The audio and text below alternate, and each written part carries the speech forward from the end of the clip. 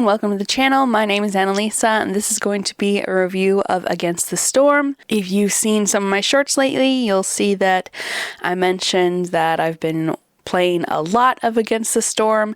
A week ago when I posted that, it was about 77 hours. It's now a total of 85, and I got this at the beginning of January, I think, and that's a lot of hours in a month for me. So I've been a little bit obsessed with it. Also, even if I was that into a game, a lot of times not that many games have that many hours of entertainment for me without like a break where I go away and come back and like find it interesting again.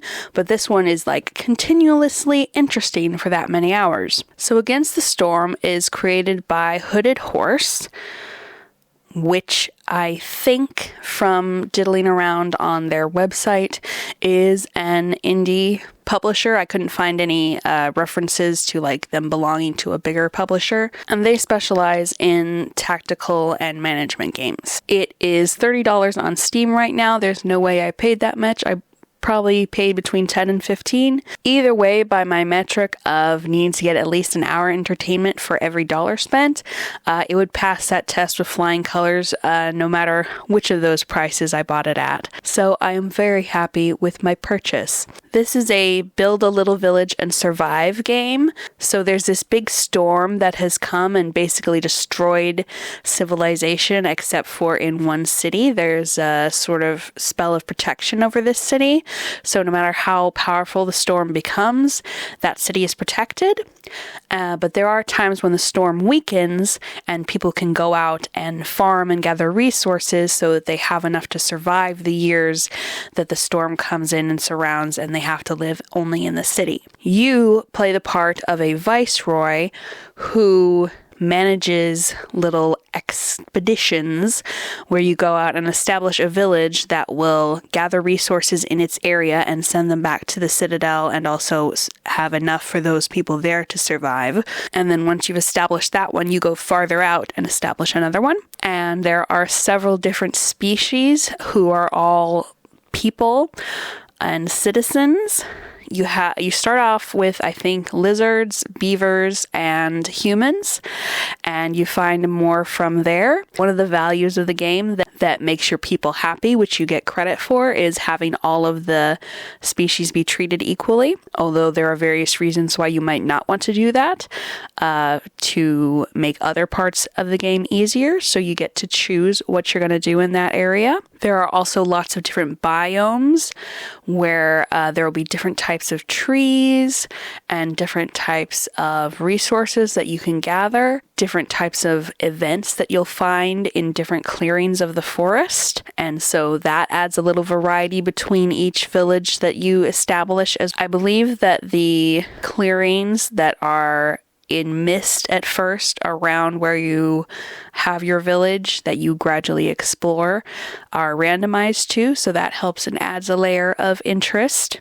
And then as you progress through the game, things get more complicated, but you also gain points that you can spend to make things easier on yourself. So you have to think more about it and understand the game more as you go on, but it doesn't just only get harder. You do get perks that make things easier. So I really like that aspect. It makes it continually playable rather than getting harder and harder so that you lose all the time, because I really don't like losing, especially when losing basically means your villagers that you're managing dying. I don't like that. So I really like that if you are careful, you can usually avoid that happening.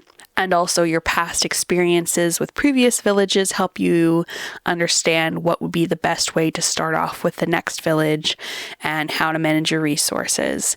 I don't know if I've mentioned before, but I love city building, village building, resource managing games where I'm like helping my people figure out how to gather the resources they need to survive and thrive, and then designing a little place for them to live and like little services for them, like a temple and a market and What else do they have? A tavern and stuff for them to enjoy, and having happy little people in their happy little houses. I love that.